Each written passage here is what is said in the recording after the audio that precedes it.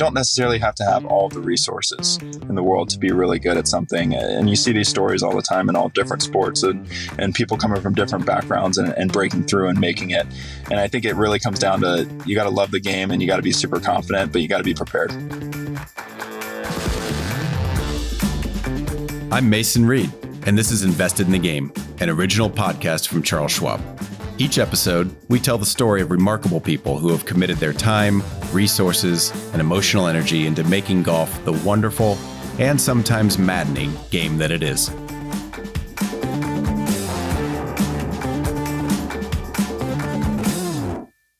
On today's episode, which, can you believe it, is our final show of Season 1 before we come back in the fall, I'm speaking with PGA Tour star Ben Griffin.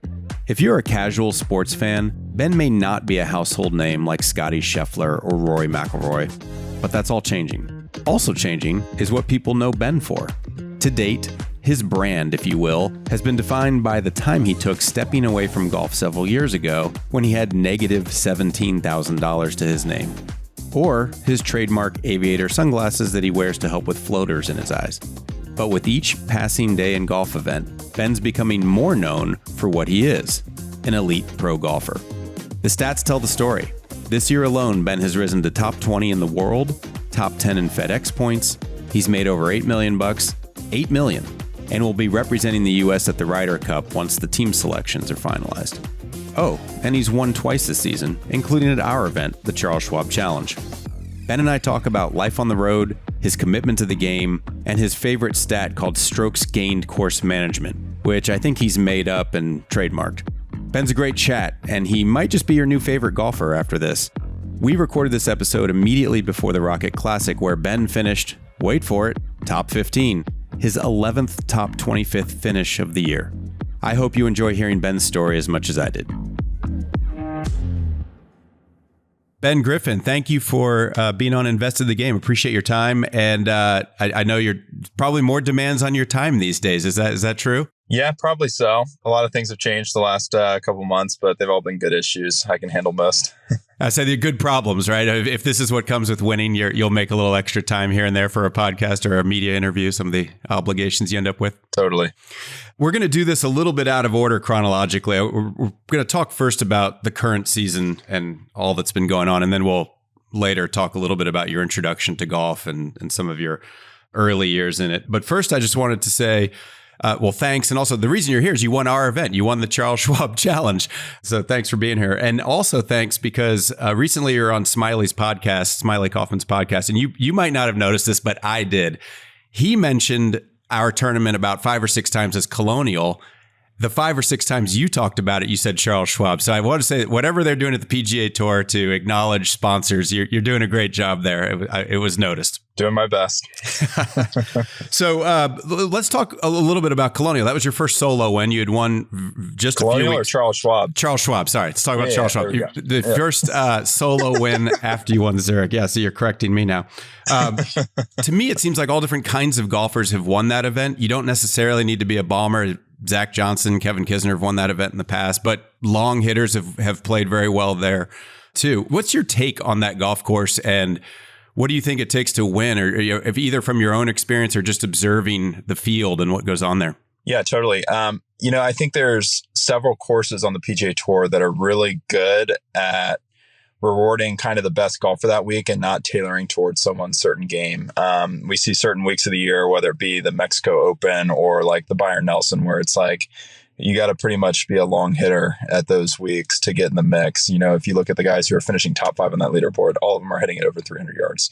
When you look at a course like Colonial Country Club, or you look at a course like, Sawgrass, where maybe. the RBC Heritage, TPC Sawgrass does an excellent job of not tailoring towards a certain person's game. It's more like, all right, if you're hitting the fairways, you're going to be able to attack these pins a little bit more. Whether or not you're long or not, you can still attack, because some of the par 4s, yes, a longer hitter might have like a gap wedge as opposed to a 9-iron, but they're still scoreable clubs. So, yeah, I think it's just one of those courses that's stood the test of time. Over time, it's never kind of let up in any shape or form. It's always been a really demanding and tough test, especially on the weekends when it kind of starts to get firm and fast and you get the swirly winds. You get the predominant winds above the trees, but beneath the trees, it kind of swirls around and it tries to trick you a little bit. And so it's just a tough course that you're constantly trying to manage. And at that stretch, a month and a half ago, I was hitting the ball really well and hitting it long. And so I was able to take advantage of kind of both of those things, which is probably why I was able to separate myself. And same with Matty Schmidt, who's a long hitter, but he was hitting it really well, like hitting a ton of fairways. And so that's kind of what it takes out there. And that's what's beautiful about Colonial Country Club. What was happening specifically with your game that week? You just mentioned some of it is you're hitting it a little bit longer. I know you've worked on speed and some other things. We don't need to get so technical, but what was happening with your game that came together at that particular time about a month ago?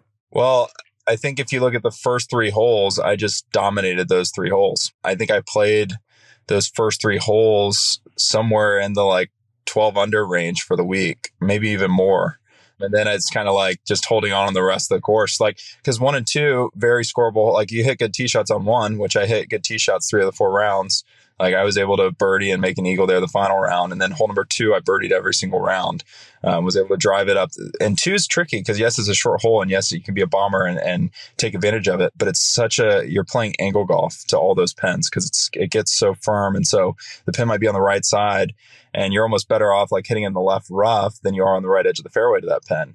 So understanding that is important. A lot of maybe guys playing there for the first time don't understand the importance of kind of the angles, especially as that course firms up. So this was my 3rd year playing there. I feel like I used a lot of past experience. And then a hole 17, the wind always plays more than what you expect. And I was a victim of that actually the final round when I still went long, hitting a 9-iron from 194. But there's just little things and little quirks in that golf course that you kind of have to learn. And, I don't know how many first-time winners there's been recently there, but I feel like probably a decent amount of those guys that have won have at least played there once or twice in the past. So, yeah, for me, my game, obviously I made a lot of putts, was putting it well. There's a lot of shorter, maybe par 4s, but it's hard to kind of get close birdie looks. And so you got to make some of those outside, 15, 20 footers to get in the mix. And I definitely did that. Well, congrats on that. I've noticed that you have both this humility and confidence, and maybe that is useful on the PGA Tour. I don't know if you agree with that, but I have to preface this question by saying that because I'm wondering if you thought a solo win was coming at some point. Did you feel in advance of the Charles Schwab Challenge and maybe on the heels of Zurich after you won the team event, that you had it and that it was a matter of time? Did you feel like it was coming? Totally. Definitely did. I just kind of finally got over the hump with Andrew winning the Zurich Classic. And I feel like I was able to kind of lean back on that experience that week at the Charles Schwab. And I constantly talk about in interviews, whether it's a podcast or whether it's, with the PGA Tour Golf Channel, whatever, I talk about the importance of staying aggressive down the stretch.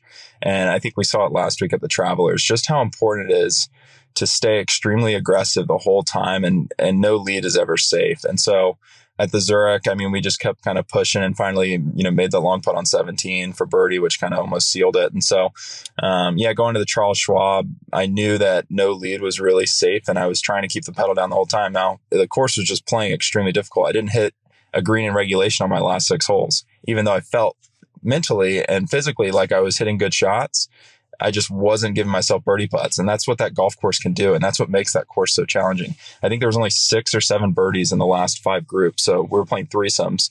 So that's 15 guys. And there was only 6 or 7 total birdies on those last 6 holes on Sunday. Incredible. Someone told me that at least. Well, we might have to fact check it, but close enough. I think it's close enough. I'm pretty sure it's about that because I know in my group, me, Maddie, and Ricky, I know Maddie made 1.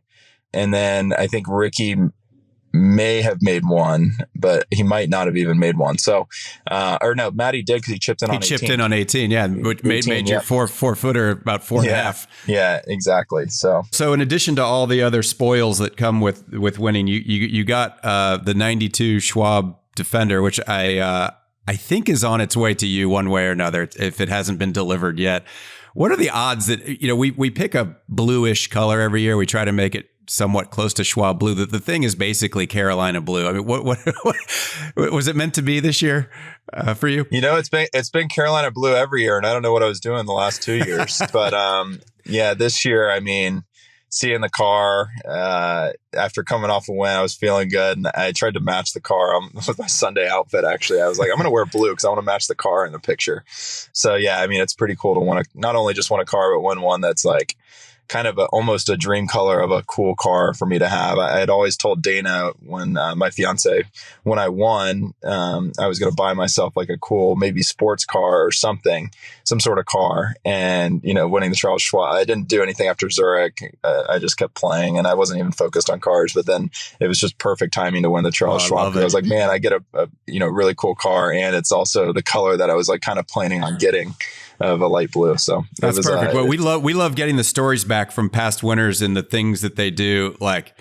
Jason Kokrak would go pick his kids up to school in this giant power wagon, and Davis Riley uses his Corvette for date night. I mean, so you're going to have to report back to us where this. It's going to be my daily car.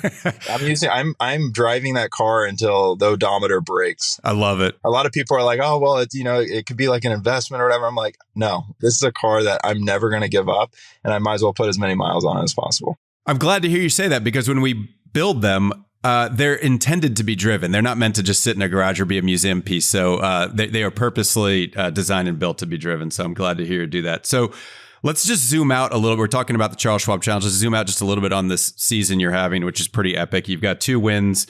You've played, I think, in 2 majors and top 10 to both of them.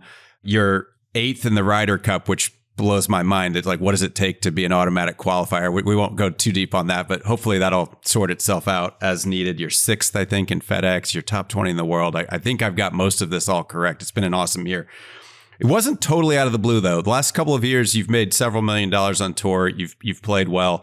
But have you stopped at any moment in the last month or two and just enjoyed it or had some fun with what's happened this season? Or are you just like, I've got to keep grinding. I got to keep playing events. I got to keep burning points. I got to try to make a Ryder Cup team. Like, do you have to pause to say like, nice job, just so you can enjoy it? I definitely have a grinder's mindset. I used to, as a kid and in college, I used to talk about, man, winning on the PGA Tour, like, there's no way I'll play the next week. I'm just going to celebrate and hang out with friends and stuff. Now that I'm on tour, I'm like, I'll celebrate the night of, like Sunday night.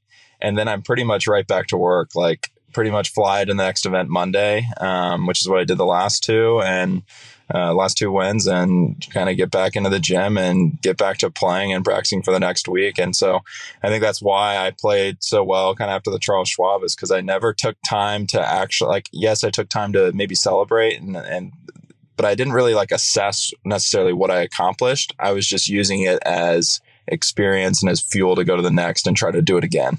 And I think you kind of have to do that mid-season. Like, after the season, sure, can celebrate a great season and, hang out with family and friends. But like middle of the season, especially a year like this, a Ryder Cup year, I've got the pedal fully down and just kind of focusing on each week and trying to play my best and trying to rack up wins. I mean, it's what Tiger always did. It's what some of the most dominant players in the world of golf, over the last however many years, that's what they did. The best players would go to the next week and they just try to beat up the guys that they were playing against. And so, yeah, I mean, I'm here this week at the Rocket Mortgage, and I'm totally focused on trying to win and just continue to build points. And that's what you got to do.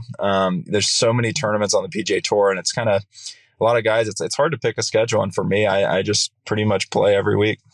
It's incredible. I was just telling our team before you and I jumped on about that you play a lot of events. And does that catch up with you at some point, possibly? I mean, is there, you don't have a crystal ball, but will you ever maybe say, I need to listen to my body? I gotta take a week. Like, do you have to keep monitoring that? Yeah, no, I listen to my body every day. I mean, I have my trainer and PT on the road with me. So it's arguably easier for me to stay on the road than actually go home. And when I go home, I'm renovating a house. So I don't have a kitchen. I don't have a couch. I don't have anything. So life on the road is way easier for me, which I think is a benefit. Some guys might really love going home and, have families and whatnot. And like, for me, it's just me and Dana mostly on the road. We enjoy traveling, and I'm really good at not over practicing. Like, it's Wednesday morning. I haven't swung once since, what was last week? I don't even remember. The Travelers, they all blend together. It's so funny. Life on the road. Yeah, we just got a window into life on the road right there. You're like, I don't know, where was I? Connecticut? I finished on Sunday at Travelers, flew here Monday morning, workout, PT, and worked out yesterday. Was going to actually play a few holes, but the storms came in. So I haven't swung a club yet, and I won't swing a club until Wednesday at 11:30. And that's the thing. I don't over practice. So if anything, I might be under practicing a touch this week, but I'm not really too concerned about it. I'm going to go out there and have a good range session and then cruise into the Pro-Am, and I'll be just fine. I'll only see 9 holes of the golf course, but I've played here in years past. And I think that's what I'm really good at. I'm really good at managing not only my time, but managing my body and energy, and just making sure I feel as fresh as possible by Thursday. And it helps that I've played on tour for a few years. So I know a lot of these golf courses, and I don't have to do the same preparations that, rookies might have to do, or what I do at like major championships when we have, alternating venues. So I think I'm really good at listening to my body. And like, honestly, going home, we actually just got a washer and dryer last week. So I have to go out and like take my laundry to somewhere else, do coin laundry or whatever. So like for me, when I go home, it's like I have to unpack and then figure out how to. You're out of your routine at home. Dude, totally, your routine's on the road. Okay. My routine is on the road. Like I'll only spend probably 30 days at home this year. We're getting married later this year. And so I'm fine with that. I'll be on the road 11 months a year, rack up Marriott points, stay at Airbnbs, whatever it is. That's incredible. So you seem also, and tell me if I'm wrong on this, but you seem responsible, mature. I don't know. I think you're 29 years old, and you seem like you have a good head on your shoulders. So you don't seem like the guy that gets these paydays and is out going and buying a Lambo. Like you'll drive the Charles Schwab car that you got. You'll stay at Marriott's and Airbnbs. Do you take the long view? Are you frugal? Like, where is this coming from that you seem to have such a good perspective on life and money and how you make decisions and things like that? Is that totally? Yeah. I mean, I was in the hole. I had 17,000 in credit card debt 4 years ago when I was trying to play professional golf, and stepped away, became a loan officer, and then was very fortunate to have a couple sponsors step into my life and bring me back to golf. And so I have a great perspective of seeing both sides of being really poor and being really rich. So it's interesting. I'm extremely grateful, extremely blessed, but I definitely take the long-term approach on investment strategies and different things to do with my money. I wouldn't say I'm necessarily frugal. I will spend on certain things that maybe either one, make my life easier, or two, are important for business, or, spending on having a home for a future family, stuff like that. But majority of my money, financial advisors. I do a lot of stuff on my own, actually. I knew you were going to say that, but that's I honestly, a lot of, and Monday and Tuesdays, like you can talk to my agent. He'll ask me to do things. I'm like, sorry, I have a business meeting. I'm looking at a deck. I'm looking at private equity, whatever it might be. Like, I'm actually running a property management business right now, actually on the side. I arguably could be spending more time on that than actually like leading into golf tournaments. But seems like you have it seems like you have a good system. Whatever you're doing is working for you. If that's about how you live on the road, if that's how you treat practice, your Mondays and Tuesdays, I'd say don't mess with that until it. But yeah, I've always been passionate about investing and business related things. And 4 years ago, I didn't have any money, so you can't really do anything. When you have capital, it's like, it becomes really fun. And I hate like kind of talking about it, because I want to like inspire more people to like build wealth and try to do it. But it's really hard to kind of build the wealth. And then once you do it, actually becomes a lot easier, because the work you can kind of put off onto different people, employees or whatever, so they can, build their own wealth and then hopefully do the same thing that I'm doing. So it's been really fun to go down a little bit of a business journey, honestly, while I'm having success on tour. So I'd say I'm not buying a Lamborghini. I'm buying, it could be it could be buying real estate, student housing, private equity deal, or whatever it could be. Wow. Well, we're going to someday do a different podcast with you just on responsible investing, financial planning, and something, but we'll save that for another time. So for people who follow golf a little bit, your brand has been the guy wearing sunglasses, the guy who took some time away from golf. Are you ready to move on from that narrative? Or do you feel, particularly in the part of that's taking some time away from golf and coming back, that's an important story to tell because it inspires people? Like, how do you feel about that? Because I know that I have to imagine, I don't want to put words in your mouth, but I have to imagine at some point you're tired of like repeating the same things over and over again of why you wear sunglasses or the circumstances for stepping away from golf. Like, how do you feel about that at this point? It's an interesting topic, because I do love the story and I love being able to inspire. At the same time, I love being an elite golfer. And so when I go into pressers and stuff, I kind of almost want to talk more about my golf game, what I'm doing, how I'm getting better. I think that's cooler from a fan's perspective of kind of understanding the day to day, what I'm putting in, what I'm working on, what I'm thinking about on the golf course. And a lot of the media questions I particularly get are a lot on my past. And like, yes, it's an incredible story. And I'm very grateful for everyone that's kind of created this story for me. I mean, I shouldn't even be playing golf really right now. And I've just got unique opportunities. And I think whenever anyone gets a unique opportunity, like something that I did, which not everyone gets them, but if you do, just take full advantage of them and make the lifestyle changes or whatever you need to make the best of the opportunity. And so, yeah, I mean, nowadays I like to talk about being an elite golfer. It's way more fun. It's kind of what, when my sponsors got me back to golf, that's what they wanted to see. They didn't really know where I'd go, but now that they see me as an elite golfer, they want me to be known as an elite golfer. They don't want me to be known as, this guy who stepped away and got back. But I think it's cool to talk about from time to time, no doubt. But yeah, I mean, like my focus right now, it's regardless of what questions I'm being asked, it's just focused on trying not to think too much about my journey so much and really focus in on like where I foresee my future and kind of making the right goals and making the right steps to achieve some of those goals. Well, it's great. I have to assume that what happens is that new stories replace old ones at some point. And so hopefully the new stories you're creating just become what people know and you just move on. Not that there's anything wrong with it. You just start to say, oh, remember that epic match at the Ryder Cup, or remember that nails putt on 18 at the Charles Schwab Challenge. Like just totally, you create new lore, new stories. Now we're going to go backwards. So I said we're going out of order a little bit, but do you remember the first time you had a golf club in your hand, and when was that? How old were you, and what was the beginning? I don't remember because I didn't have much consciousness, but I was like literally 13 months old, I think. My mom had just given birth to my brother. We're 13 months apart. And there's pictures of me swinging on the range with her, like either at the end of pregnancy or just recovering. I think, honestly, I could even be like literally 1 year old. So pretty much when I could walk is when I had a club in my hand. Now, I didn't start playing competitively until I was 11. So there was kind of a time span there where I was playing different sports, soccer, baseball, basketball, was doing everything. And then I got to a point, I remember I was playing on a basketball team, and I remember I wasn't in the game at the end of the game, and I wanted to feel like I could contribute to the outcome of the game. And I was like, I need to play an individual sport. And my dad was like, well, you can just play golf. And so I just started playing golf. So do you credit, it's got to be both of your parents, but the first photo or the thing was your mom at a driving range? Is that? Yeah, I have pictures, with my mom. She was in the side of the frame. That's how we could kind of tell how old I was. And then my dad is helping me with my golf swing a little bit. But yeah, I have pictures of myself swinging with me and my dad, me and my mom. It's pretty cool to go back and look at those pictures. But I had no consciousness. I probably could barely even talk. It's probably same ball. That was it. You had junior success. You're an All-American at UNC. So when, though, did you realize that you weren't just good, that maybe you were better than your peers? Or when were you like, oh man, I might be kind of good at this thing?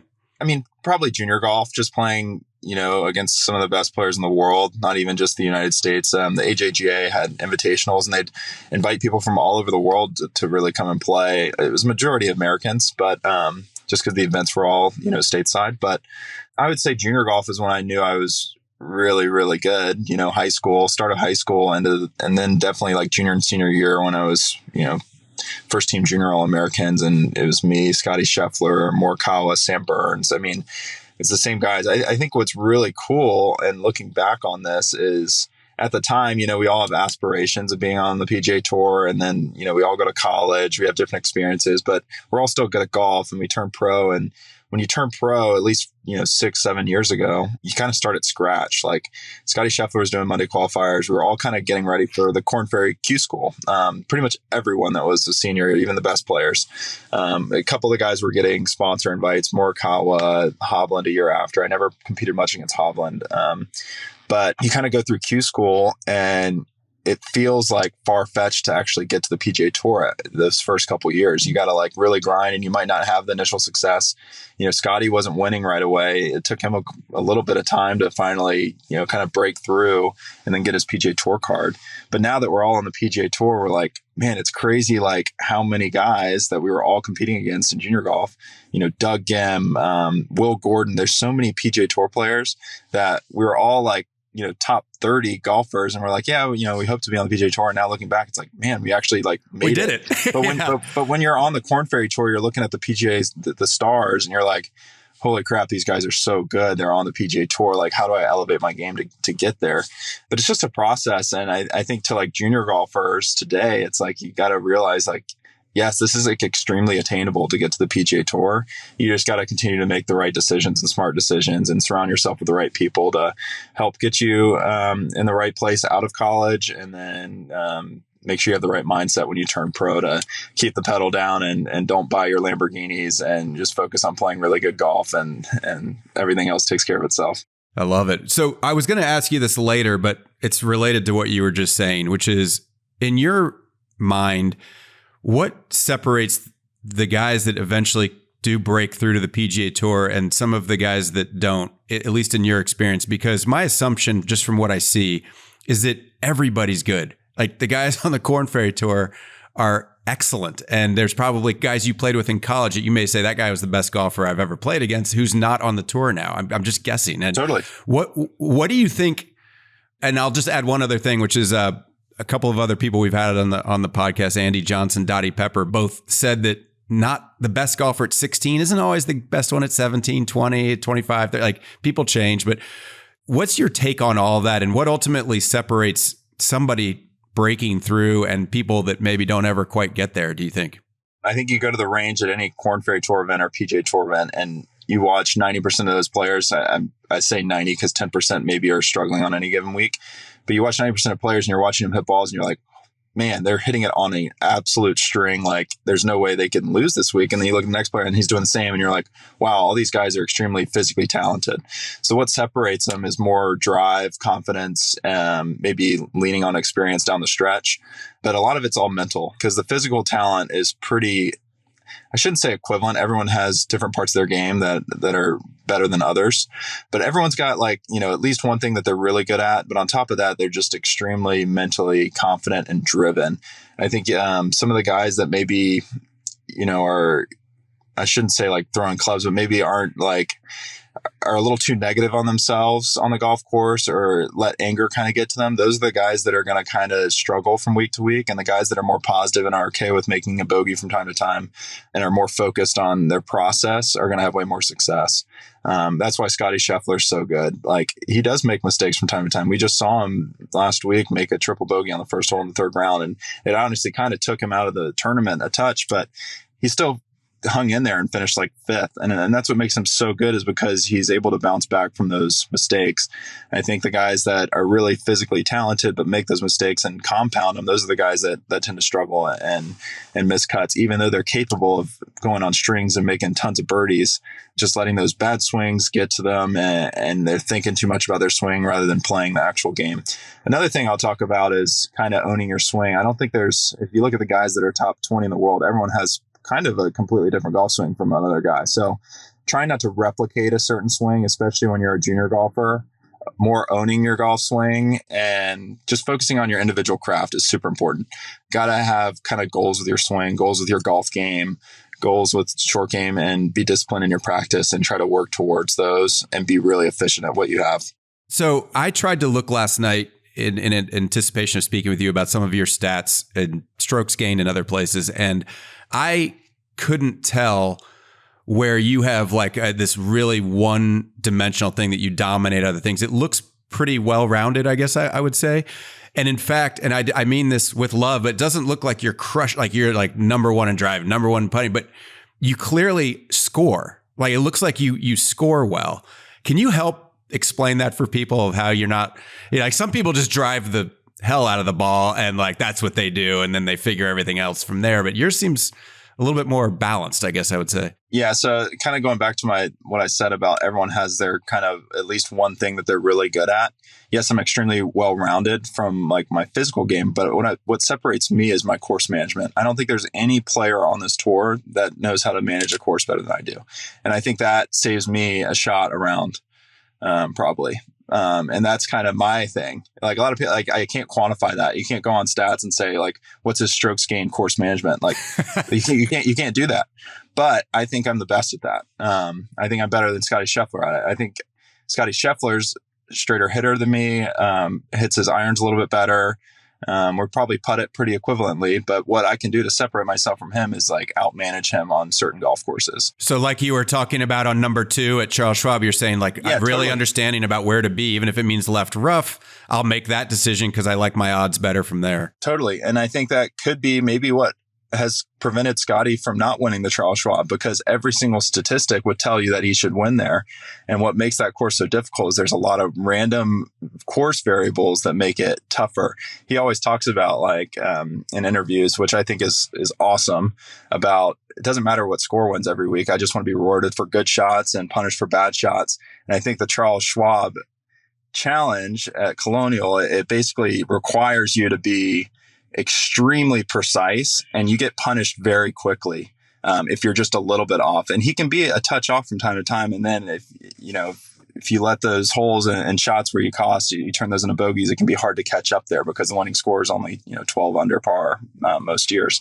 So yeah, I'm really good at course managing. I'd say around my game kind of ebbs and flows. Certain parts of my game, I'm pretty streaky. Like if you look at my driving, my statistics for the entire year are maybe like slightly better than average, but on any given week, I'm like top 3 or 4. And then putting, same thing. On my good weeks, I'm top 3 or 4. So you can look at like overall statistics over a period of a season, but every golfer kind of gets streaky with a certain part of their game. And when they do, they got to take advantage of those weeks when they're either putting really well or hitting their irons really well, and time it up with a golf course, because every golf course requires maybe something a little bit different than another one. One course, it's way more important, like maybe last week, it's way more important to make putts because everyone's making a lot of birdies at Travelers most days, except for the windy days. But you've got to make putts. So whoever's going to take advantage of a good putting week, you want it to be at the Travelers. Whereas a U.S. Open, you kind of want to maybe be a little bit more in the fairway and take advantage of those weeks where you're driving really well. So it's very week dependent. That's what's really cool about our sport is we play different courses. No other sport does it. Everyone always has the same metrics of a field or a tennis court, whatever it might be. Golf, it's just you have all these different variables. It's what makes this game so cool, and you can travel and have new experiences every single day, or even play the same course from one day to the next. You play every single day for a year, and you're going to have a different experience every single day, whether it's wind, pin location, whatever. Yeah, tee box, tee markers, anything. Yep. We talked about your parents introducing you to the game pretty early on, and junior golf around age 11-ish. What role did your parents play throughout that? I have 2 kids. Being a parent with kids in sports is difficult enough. Having one that's traveling probably and all the and also expensive. I think golf isn't cheap to play. Can you just talk a little bit about the role your parents played in your junior golf years and up through until you got to UNC? Yeah, one thing my parents never did was force anything upon me. What they did is they always gave me opportunities, even when times were tough and we were bankrupt. Like I was still going to the public golf course and was able to chip and putt. And it's because I loved golf and I was able to get dropped off. And even though this game's really expensive, we found ways to make it work. And tournaments, once I turned 16, I loved golf so much. And I was kind of already a little bit more individual than a lot of my other friends. Like I would book my own flights kind of when I was 16 and go to tournaments and figure it out without my parents, which is crazy. I was staying in hotels before 18, which you're not allowed to, by myself.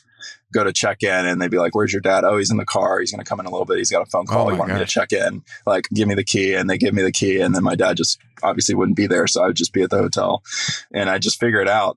It'd be tough some weeks because I couldn't get a rental car. So a lot of the ones that I actually had to fly to, the HAGA did a great job of providing transportation to a host hotel and whatnot. So I was able to play in a lot of those events by myself. Now, don't get me wrong, my parents would definitely show up and support me from time to time, but that was their way of allowing me to play a lot of junior golf and stay competitive while they could, work and provide for our family. So extremely blessed and fortunate to have had parents like that, that just honestly gave me opportunities, whatever it was. My dad was always going to make sure I could do it because he would talk about how his dad was literally, I mean, his parents made nothing. Both my parents didn't really come from a ton. And his dad would always do whatever he could to help my dad with whatever opportunity he wanted. So like, I remember he told me a story about his dad buying him his set of golf clubs when he was 16 and literally took every single dollar from his paycheck from like that month to get him a set of clubs, and just the things that his dad did for him. And I think my dad wanted to do the same for me, but it's hard. It's hard parenting, especially nowadays. I haven't gotten into it. I don't have any kids yet, but I'm definitely like thinking about how I should prepare when that time comes, because all a parent wants to do is make their kids happy. And it's kind of hard sometimes, especially with sports, because there's a lot of sport options out there. You have friends that are trying to take you one way or another. And I think it's, for me at least, I always really, really loved golf. And I was excited when I was at school. I wanted to go to the golf course right away. And so my parents did an awesome job of allowing me to be able to do that and making golf as affordable as possible.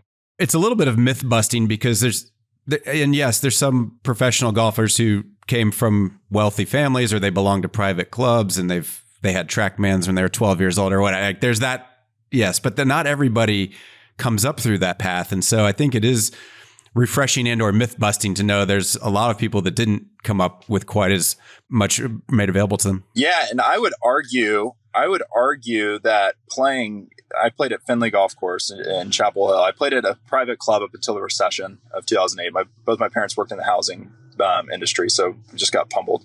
But at the public golf course, you would never get that great of lies. Or when I was practicing at the chipping green, it wasn't a perfect green. It wasn't perfect around it. There was tons of divots. So I'd practice out of those hard lies, like practice into the grain and divots and bad lies in the sand, and got really good at being creative there. And then flash forward, now I'm playing on more perfect lies on tour, and like short game feels easy because my entire life of perfecting my craft when I was a kid. Now, when you're a kid, you have so much more time to practice and stuff. When you get older, it's hard to manage everything. But when you're a kid, that's when you have your years of taking advantage of being able to have school. But outside of that, I mean, you can do whatever you want. Like, take advantage of being able to get good at something. And so I spent so many hours, countless hours, practicing crazy shots, hard shots, bad lies, even like going out on the course. Like, the fairways are a little shaggy from time to time. The greens are a little slow, but now I'm out here on perfect conditions. Even once I got to college or playing I'd go to tournaments and it'd be a little bit better. And some guys that maybe are at a private club that's perfect and they have the TrackMans or whatever will go to these tournaments and maybe complain about conditions that could maybe be a thing. And for me, I thought it was better. So I had an advantage because I was prepared for something like that. So I would argue, like, you don't necessarily have to have all the resources in the world to be really good at something. And you see these stories all the time in all different sports and people coming from different backgrounds and breaking through and making it. And I think it really comes down to, you got to love the game and you got to be super confident, but you got to be prepared. Thank you for sharing that. I love hearing that. And you had mentioned after you won the Charles Schwab Challenge, something I think along these lines, which was, because you had missed, what did you say? You missed the last 6 greens. You didn't hit the last 6 greens. To win that golf tournament, you had to call on your short game basically to save you. And it goes back to hitting, I think you said in your interviews, it went back to, you didn't have 17 buckets of balls because they cost money. So you'd maximize your time practicing over in the short game area, which is such an amazing connection to that experience. To then You're on a professional golf tour having to hit chip shots and pitch shots and save things and hit nervy 4-footers. And you're like, yeah, I've been there. I can handle this. Totally. A couple more things I want to ask you. I feel like I have license to ask you one really stupid question or ridiculous one. Here it is. Let's say next season you played 25 events. That's very low for you, but let's just say you played 25 events. And what would I do with my time? yeah, that's not the stupid question, but yeah, that'd be a good one. You could remodel your house. If you were 25 events and you had to choose, you could win one while missing 24 cuts or get 25 second place finishes. What would you choose and why out of those options? I know it's ridiculous. Yeah, I mean, I would say 25 second place finishes for sure.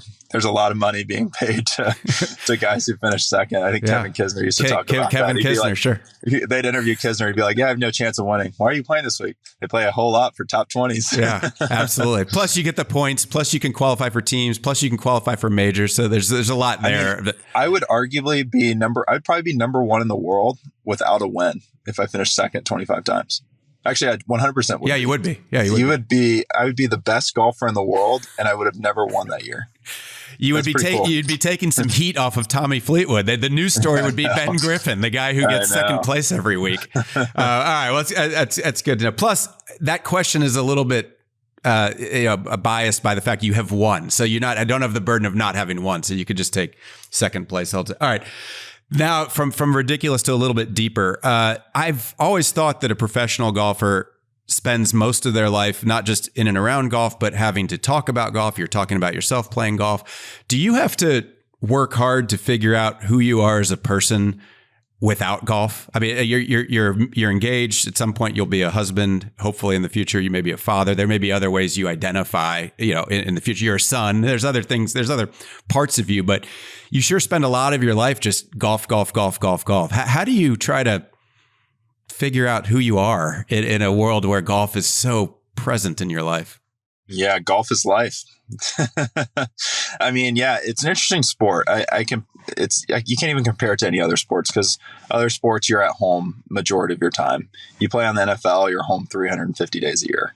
Like, you play golf, you're home 35 days a year. So like, you can be. I mean, most guys are more, but yeah, you're definitely like, fortunately right now I don't have kids, so I'm not focused on necessarily being a dad and investing in like a family life. But right now it's full golf. I'm at my, earning years of being able to take advantage of having a great talent and trying to maximize what I can do now to where, in the future I have kids and whatnot, maybe the focus shifts a touch. But yeah, it's totally like golf is basically like life. Everything revolves around golf. Pretty much like in these years right now. I guess I'm engaged to Dana and she's in full support of my golf career. She loves traveling. She was, I was asking her what she wants for her birthday, August 3rd. It's Sunday right before the playoffs. She's like, I just want the Wyndham Championship trophy. So like she's invested in this as much as I am, which is really cool. And you kind of have to have that. Because everyone has their own business, everyone has their own tee times, everyone has their own stuff going on at these tournaments. So it's really hard to kind of hang out with other players. You're just on different time schedules, even though we're all doing the same thing. And so having, that person by your side is extremely important. And, right now it's just, we're just focused on that. I mean, we're buying a new house and whatnot, but like, I'm not even too worried about, I don't even care to go home. It's like, I just love being able to travel and it's really cool. And nothing, I can't even describe the feelings and the emotions. Like when I made that putt at Charles Schwab on the last hole, those moments are so freaking cool. And it's an out of body experience when you went on tour, because you lose so often, and chasing those moments is an unbelievable feeling. And it's something that I want to continue to kind of replicate and get back in the mix soon, because I can't compare it to anything. Going back to, even when I was working, it's like you get a paycheck or you close a deal or find a first-time home buyer and get them their first mortgage and whatever it was I was doing. Like, yes, it's a good feeling and it feels awesome to do that. But like when you make a putt and you know how much hard work you put into your golf game and you win a golf tournament, like it is the coolest. I can't describe the feeling. It's just the coolest thing in the world. And so I'm just chasing that. And that's pretty much how my life revolves around right now. I was to say, I can only imagine. I can't imagine. And I think that the way you're describing how much you put into it and how it is all encompassing in your life, to then have a win when winning is so rare, even for the best players. You've played in almost 100 events probably professionally, and you've won twice. Yep. You're a top 20 player in the world and you've won twice. Like, the math isn't great on winning. So it's got to be just mind-blowing experience when it happens. It's all that work and everything pays off. Totally. Yeah. Like if you're a tennis player, if you're a basketball player, like you have individual games every day. You have tennis, like you don't win tournaments that often, but at least you're winning matches.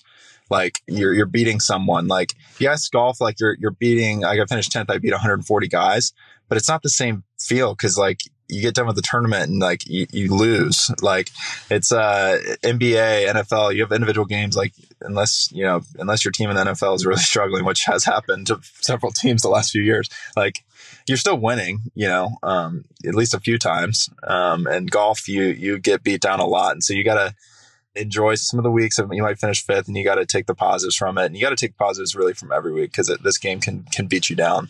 But yeah, those winning feelings are really, really special, and you got to embrace them and want to keep and like for me, I need to keep wanting to have those same feelings because that's what's going to push me kind of going forward.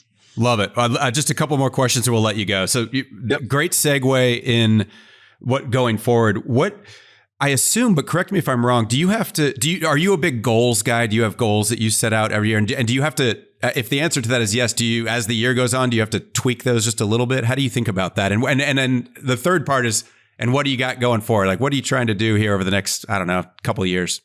I'm different from probably majority of golfers. I don't set like goals on winning or accomplishments or anything that kind of compares me to someone else.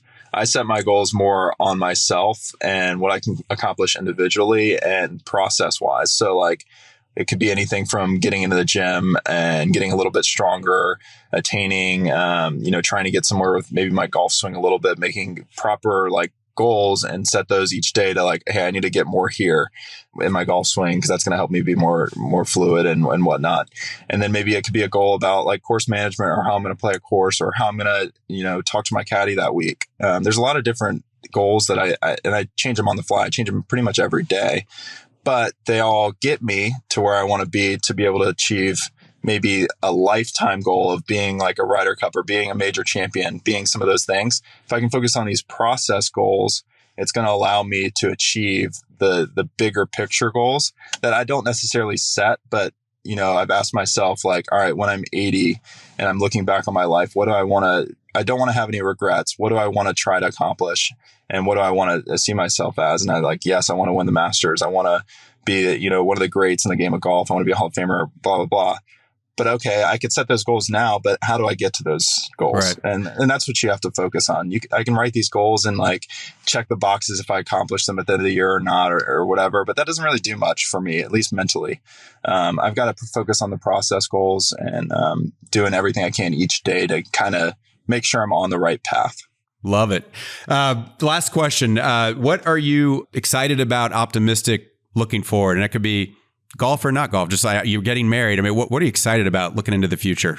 Yeah, I have a lot of awesome things. And I talk to Dane all the time about just like how cool our lives are. It's cool to sit back and like think about like what I've accomplished, but also like what the future holds. Like golf's one of those games where it's super cyclical and you can easily like fall off the PGA Tour. And fortunately for me, like winning a couple times, I kind of have like, this is my first time in my golf career where I've kind of had a game plan almost for future years where I know I'm in every single golf tournament next year.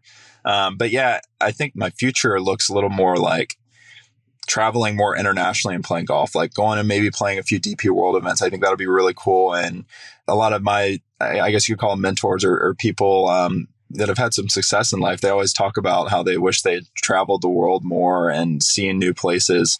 And I think that's the awesome thing about golf is I'm able to do that while doing my job.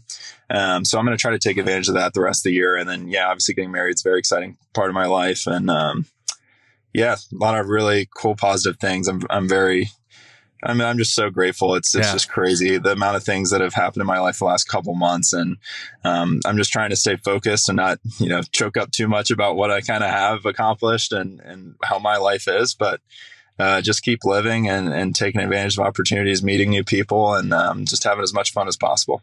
I love it. So are you going to the Scottish Open? It's funny because I say I'm excited to play more internationally. I'm actually not playing the Scottish. I played it the last 2 years, but the reason being is I want to prepare for the Open Championship. If I play the Scottish, I know my Monday, because I'm good at managing my body and stuff. I know I wouldn't do much on Monday at the Open, so I'd only play 9 holes Tuesday and Wednesday, and I don't think that's enough preparation leading into a major. So the only reason I'm skipping the Scottish is to actually get to Ireland on Friday and be there, get adjusted to the time zone, and start seeing that golf course. But in the fall, I'm hoping to go to maybe Spain or some other places and play some of those DP World events. Plus, you got Augusta. Plus, we're hoping you're on the Ryder Cup team. I mean, there's the house, Dana. I mean, it all sounds great, man. Yeah. Congratulations, and we're thrilled that you won our event. We're just thrilled for you of the successes you're having. We're thrilled you won our event. And we haven't had a repeat winner. I'd love for you to come back and maybe give it a go next year and see if we can't get you another car, another trophy, all the stuff. Yeah. Maybe I need to look at it, building a bigger garage next year to prepare for the Charles Schwab. Don't jinx it. Don't jinx it. I know. All right, Ben, really appreciate it. Good luck this week, and just good luck with the rest of the season and everything else you're doing. Appreciate the time. Yeah, of course. So that's it for us today. Thanks for listening. Ben's handle on TikTok, Instagram, and X is @BenGriffinGolf for all three if you want to give him a follow. For all of Schwab's golf content, our films, tournament news, and promotions, check out schwabgolf.com. If you've enjoyed the show, which we hope you did, we'd be really grateful if you'd leave us a review on Apple Podcasts, a rating on Spotify, or feedback wherever you listen. We'll be back with new episodes in the fall, so stay tuned and make sure you stay subscribed. For important disclosures, see the show notes on schwab.com/thegame, where we also post our transcripts.